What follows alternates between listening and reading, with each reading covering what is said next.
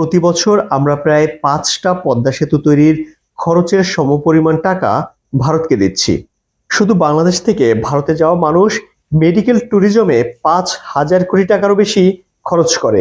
ভারত ছাড়াও আমাদের রান্নাঘরের উনুন জ্বলবে, কিন্তু বাংলাদেশ না কিনলে ভারতের পেঁয়াজ, রসুন, আলু সব পচে নষ্ট হয়ে যায়। बिस्मिल्लाहिर्रहमानिर्रहीम अस्सलाम वालेकुम व्यूअर्स, मैं हूं एहसान खान और आप देख रहे हैं हमारा यूट्यूब चैनल एहसान रिएक्शन विद एहसान। मैं उम्मीद करता हूं आप जहां भी होंगे एंजॉय करते होंगे, मज़े में होंगे और फिटफाट होंगे। व्यूअर्स, बहुत ही इंपॉर्टेंट वीडियो है और ये इंडियन मीडिया की तरफ से एक सर्वे रिपोर्ट जारी की गई है कि अगर ये मेरे अल्फाज आपने जरा गौर से सुनने हैं, अगर इंडिया बांग्लादेश की प्रोडक्ट्स की बांग्लादेश का बाइकआउट कर देता है और बांग्लादेश इंडिया का बाइकआउट कर देता है, तो फिर सबसे ज्यादा नुकसान किस देश को उठाना पड़ेगा? जी हाँ, बांग्लादेश को या फिर हिंदुस्तान को? किसको सबसे ज्यादा ये नुकसान की कड़ियां उसके ऊपर एक तूफान की तरह गिरेंगी, बांग्लादेश पर या फिर भारत पर? ये तो अब सवाल का जवाब जानने की हम व्यूअर्स कोशिश करेंगे, क्योंकि ये रिपोर्ट जारी की है हिंदुस्तान के एक मोतबर न्यूज़पेपर ने। तो अब बढ़ते हैं और आपको बताते हैं, फिर इस वीडियो को देखेंगे। लेकिन सबसे पहले मैं आपको बता देता हूं कि लगभग 5,000 करोड़ रुपीस, छोटी अमाउंट नहीं है, 5,000 करोड़ बहुत बड़ी अमाउंट है। ये किसकी मद में भारत में जाता है रेवेन्यू? क्योंकि बांग्लादेश से बहुत ज्यादा मरीज, बहुत ज्यादा पेशेंट्स, बहुत ज्यादा ऐसे लोग जाते हैं जिनका इलाज वहां पे होता है। इंडिया में, भारत में तो कर लो भाई, वीजा बैन करो, वीजे के ऊपर पाबंदियां लगाओ, ना इंटर होने दो आप हिंदुस्तान में।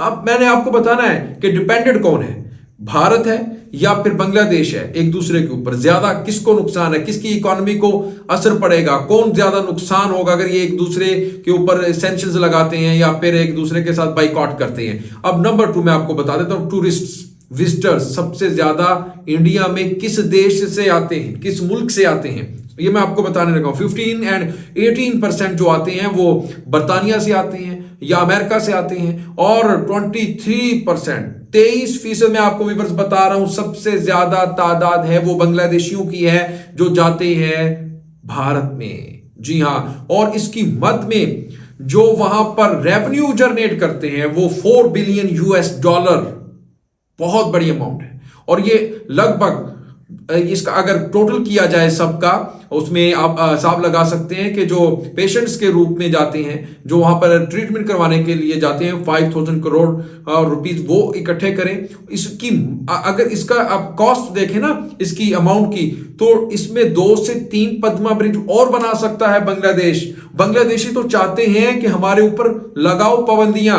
बांग्लादेश की हुकूमत चाहती है कि इतना पैसा जो हम देते हैं भारत को, हिंदुस्तान को, वो हम अपना खुद इधर लगाएंगे। और घूमने फिरने के लिए जाते हैं, कोई इतना जरूरी भी नहीं है वहां पर जाना, वो इसलिए जाते हैं कि उतने पैसे चिट्टागोंग और ढाका के दरमियान आने जाने में लग जाते हैं, वही आप वेस्ट बंगाल, कोलकाता, भारत में लगा देते हैं। थोड़ा बहुत ही फर्क है, लेकिन वो सिर्फ और सिर्फ फायदा इतना नहीं होता, सिर्फ घूमने फिरने के लिए जाते हैं। फिर वेस्ट बंगाल में बंगाली हैं, उनके आपस में रिश्तेदारियां हैं, उनके रिलेटिव्स हैं, वो मेल जोल के लिए जाते हैं, लोगों को मिलने के लिए जाते हैं, और एक वजह ये है। और मैंने आपको बताया कि भारत कितना डिपेंडेंट है बांग्लादेश के ऊपर, और अब बांग्लादेश कितना डिपेंडेंट है भारत के ऊपर, वो मैं आपको बता देता हूं। देखें, बांग्लादेश प्याज पहले इंपोर्ट करता था, भारत से अब नहीं करता। वो 8 से 9 मंथ तकरीबन वो खुद से प्रोड्यूस करते हैं प्याज बांग्लादेश, और 3-4 आपको पता है कि महीनों में ये बारिशें होती हैं बहुत ज्यादा, तो फिर वो इंपोर्ट कर लेते हैं इजिप्ट से प्याज। और इतना फर्क भी नहीं होता इनकी प्राइस में, अगर हम मवाजना करें। अगर वो भारत से लेते हैं तो 30 और 40 रुपए किलो पड़ता है, और अगर वो इजिप्ट से लें वो ही 60 पर केजी के हिसाब से उनको पड़ेगा, 60 रुपीज। तो मेरे ख्याल में इतना ये ज्यादा महंगा भी नहीं है। और फिर बांग्लादेश खुद से भी करता है इंपोर्ट, यानी खुद करता है, बनाता है, और इंपोर्ट किससे करता है? इजिप्ट से कर लेता है, यानी वो डिपेंडेंट नहीं है भारत से। अब बात कर लेते हैं राइस की।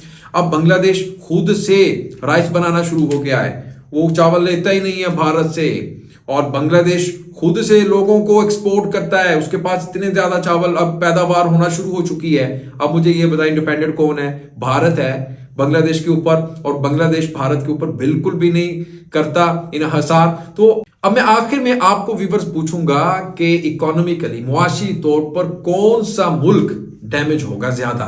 भारत होगा, नुकसान किसको होगा, या फिर बांग्लादेश को होगा? ये आपने बताना है कमेंट सेक्शन में। लेकिन पहले हम वीडियो देख लेते हैं, बहुत ही इंटरेस्टिंग वीडियो है। वीडियो देखने से पहले चैनल को सब्सक्राइब कर लें और बेल आइकन भी प्रेस कर दें, वीडियो को लाइक भी किया करें और कमेंट सेक्शन में आप अपनी फीडबैक से हमें जरूर आगाह भी किया करें। लें जी, 3, 2, 1 एंड क्यू। বছর আমরা প্রায় 5টা পদ্মা সেতু তৈরির খরচের সমপরিমাণ টাকা ভারতকে দিচ্ছি।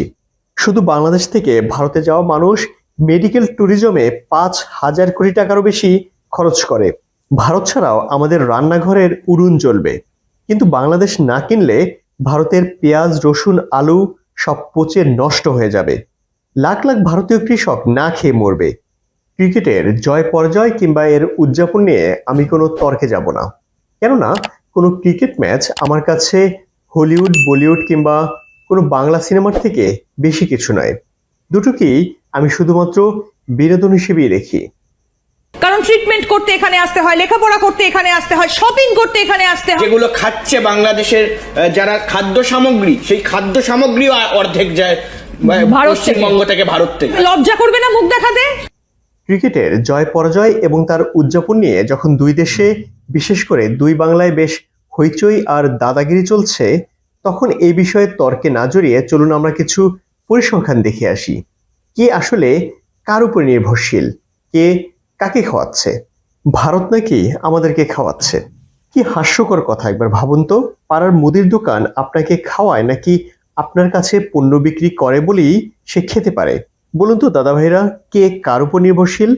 আবেগে না ভেসে চলুন কিছু পরিসংখ্যান দেখে আসি। 2021-22 অর্থবছরে ভারত থেকে বাংলাদেশের আমদানির পরিমাণ $1,369 কোটি, বা 1,30,000 কোটি টাকারও বেশি। বাংলাদেশ ব্যাংকের আমদানি বিল পরিশোধের চিত্র থেকে এ তথ্য জানা গেছে। তার মানে হলো প্রতি বছর আমরা প্রায় 5টা পদ্মা সেতু তৈরির খরচের সমপরিমাণ টাকা ভারতকে দিচ্ছি।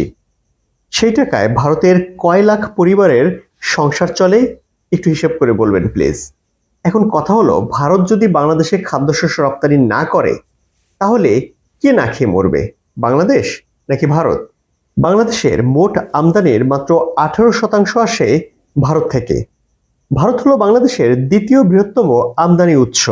1 নম্বরে রয়েছে চীন, যেখান থেকে মোট আমদানির 25% আসে। প্রশ্ন হলো, ভারত ছাড়া খাদ্যপণ্য আমদানির বিকল্প কোনো উৎস কি বাংলাদেশের আছে?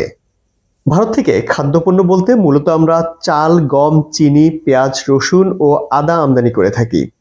এর মধ্যে সবথেকে বেশি আমদানি হয় পেঁয়াজ। এইসব পণ্যের প্রত্যেকটির বিকল্প উৎস দেশ রয়েছে বাংলাদেশের কাছে।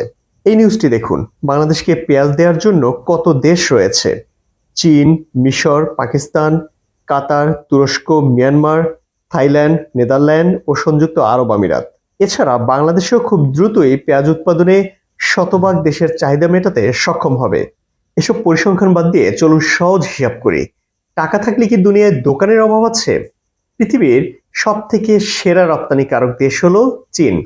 আর এই মুহূর্তে ঢাকাতে কত শত হাজার চীনা ব্যবসায়ী যে পড়ে আছে, তার হিসাব কতজন ভারতীয় রাখেন?